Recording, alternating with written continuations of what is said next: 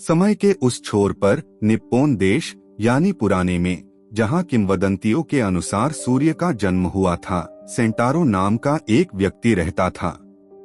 उसके नाम का अर्थ था अरबती। यद्यपि धन कुबेर नहीं था वह, लेकिन सुदामा भी नहीं था। पिता से विरसे में अच्छी खासी संपत्ति मिली थी। उसी पर ठाठ से जीवन बिताता था। काम धाम कुछ नहीं करता था। जाने कैसे दिन काटता होगा।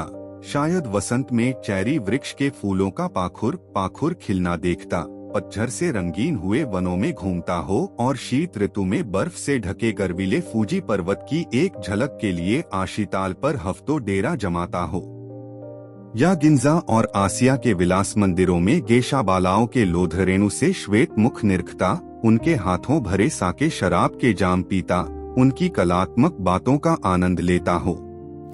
हाइकू रचने या चाय की परिपाटी सीखने या कलमकारी की कला में मेहनत लगती है, सो आलसी सेंटारो मुश्किल है कि इन ललित कलाओं का अभ्यास करता हो। खैर, जब सेंटारो 32 वर्षों का हुआ, उसे एक बारगी ही बुढ़ापे और मृत्यु का भय सताने लगा। मानव जीवन इतना छोटा क्यों? मैं क्यों न 500 या 600 वर्ष रोग जरा से मुक्त जीता रहूं? आखिर फ्ला रानी ने 500 साल की आयु पाई ही थी, और भी जाने कितने दीर्घ काल जिए थे। सेंटारो के मन में ऐसे ख्याल घूमते रहते। फिर उसने चीन देश की महाभित्ति के निर्माता राजा शिन्नोशिको की कहानी भी सुनी थी।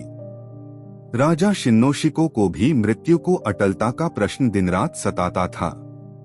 इसीलिए उसने अपने पुराने दरबारी जोफुकु को 7 समंदर पार होराइजान नाम के देश से जीवनामृत लाने के लिए पठाया था। कहा जाता था कि होराइजान के पहाड़ों में ऐसे यति रहते हैं जिनके पास मृत्यु निवारक रसायन था। जब राजा ने यह सुना तो उसने न आव देखा न ताव, शायद बेचारे बूढ़े जोफुकु से पूछा भी नहीं, और अपना सबसे ऐश्वर्यशाली पोत उसके लिए तैयार करवा दिया।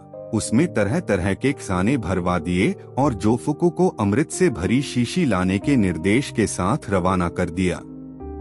बेचारा जोफुकु जो अमृत के संधान को गया, सो कभी नहीं लौटा। लेकिन जापान में प्रचलित हो गया कि होराइजान दरअसल फूजी पर्वत है, और उसकी सुरमय ऊंचाइयों में कहीं जोफुकु अब भी बस रहे हैं और अमृत के रहस्य के जानकार यतियों के देव बन बैठे हैं। बूढ़े दरबारी से देव का सफर उन्होंने कैसे तय किया, इसके बारे में भले कोई जानकारी न हो, लेकिन जोफुकु अमरत्व के अधिष्ठाता देव के रूप में जनमानस में जम गए। सेंटारो ने तय किया कि वह सभी ऊंचे पर्वत शिखरों पर जाएगा और अमृत के रक्षक यतियों को ढूंढने की कोशिश करेगा। बहुत दिन भटकने के बाद सेंटारो को यति नहीं मिले, मिला एक शिकारी। पूछने पर बोला, यतिस्ती का मुझे पता नहीं, लेकिन यहाँ एक डकैत रहता है जिसके 200 साथी हैं। सेंटारो यह उत्तर सुनकर खींचा, या शायद मन ही मन डरा, लेकिन अपनी मर्यादा बचाने के लिए जताया नहीं। फिर भी उसने सोचा, इस तरह भटकने से क्या लाभ? क्यों न जोफुकु के मंदिर में जाकर साधना की जाए। वे ठहरे यतियों के देव, उनके एक इशारे पर यति दौड़े आएंगे और मिन्नतें करके अमृत दे जाएंगे। ऐसा विचार आते ही सेंटारो जोफुकु के मंदिर पहुंच गया। 7 दिनों तक अखंड प्रार्थना करते रहने पर 7वीं रात को जोफुकु सचमुच प्रकट हुए। वे एक चमकीले उजले बादल में लिपटे थे और बड़े शांतमनोहर दिख रहे थे। सेंटारो को पास बुला वे समझाने लगे, देखो जी सेंटारो, यति बनना तुम्हारे बस का नहीं। बड़ी मशक्कत लगती है, बड़े पापड़ बेलने पड़ते हैं। सिर्फ फल और चीड़ की छाल पर तुम जी नहीं पाओगे, संसार के सुखों को तुम छोड़ नहीं पाओगे। तुम तो बढ़े आलसी हो, और नाजुक इतने की ठंड और गर्मी तुमको औरों के मुकाबले ज्यादा सताती है। तुमने कहाँ यतिव्रत लेने का धीरज और साहस?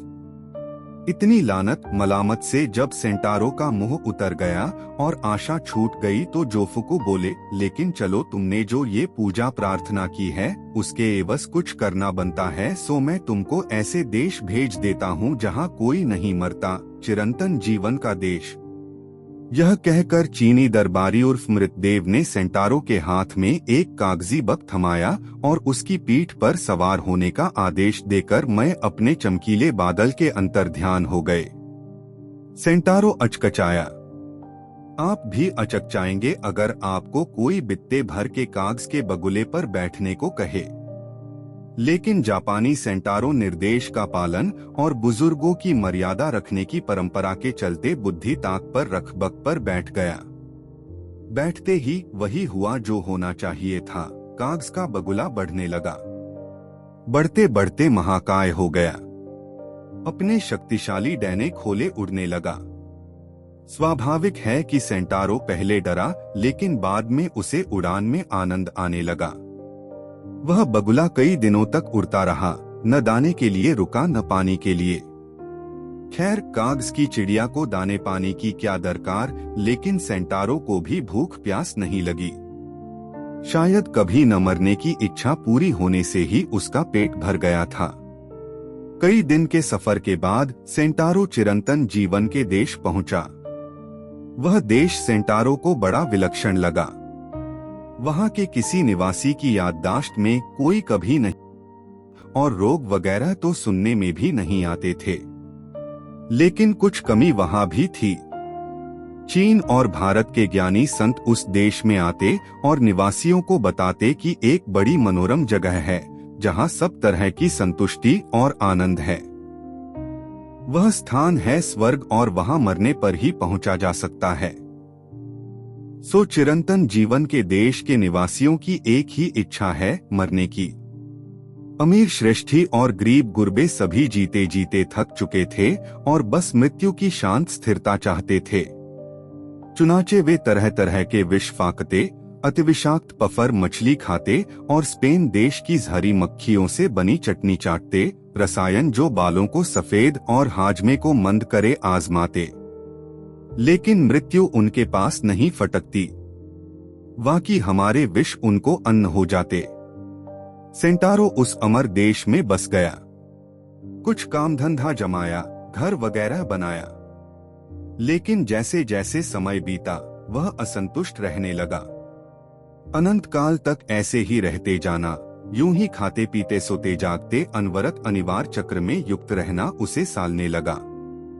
शायद चिरंतन जीवन की व्यर्थता और मृत्यु की सार्थकता का भी उसे कुछ कुछ भान होने लगा हो, या अपने समर्थ संभावनाहीन जीवन से वह उबने लगा हो। जो भी कारण हो, सेंटारो अब अपने उसी मर्त्य लोक लौटने के लिए छटपटाने लगा जहां से बचने की उसे ऐसी तीखी लालसा रही थी। यदि उसकी असंभव की लालसा और फिर पा जाने पर खो देने की अकुलाहट पर आपको आश्चर्य हो रहा हो तो जरा अपने मन में झांक कर देखें। खैर, सेंटारो की घर लौटने की इच्छा असहनीय हो उठी तो उसे फिर जोफुकु देव का ध्यान आया। अपने स्वार्थ में उसने यह भी नहीं सोचा कि 200-300 वर्ष भूले रहने के बाद जोफुकु क्यों उसकी सहायता करेंगे। लेकिन जोफुकु तो बड़े दयावान निकले। इधर सेंटारो ने प्रार्थना की, उधर कागज का बगुला फिर नमूदार हुआ। इतने बरसों वह सेंटारो के उसी पुराने किमोनो की आस्तीन में पड़ा रहा था।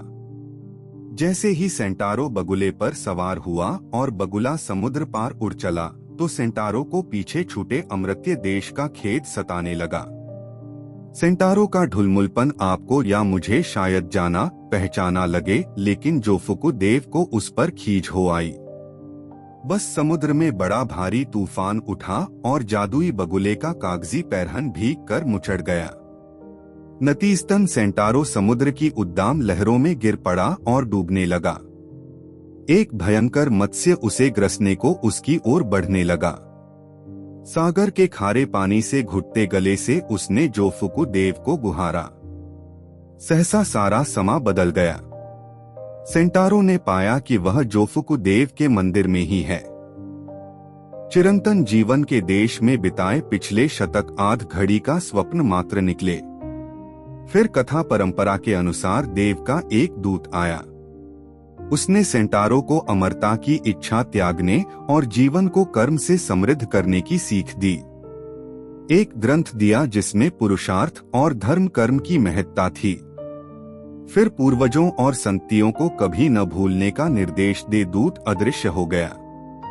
300 वर्षों के उबाऊ स्वप्न जीवन और शायद उतने ही उबाऊ उपदेश के बाद सेंटारो भर पाया और अपने घर लौट संसार के नियमों के अनुसार रहने लगा। अब इस कहानी को पढ़कर आप कोई प्रश्न न कीजिए, और यदि प्रश्न उठें तो स्वयं से पूछिए या जोफुकु देव से, वरना अपने मिट्टी के चोले में मगन रहिए।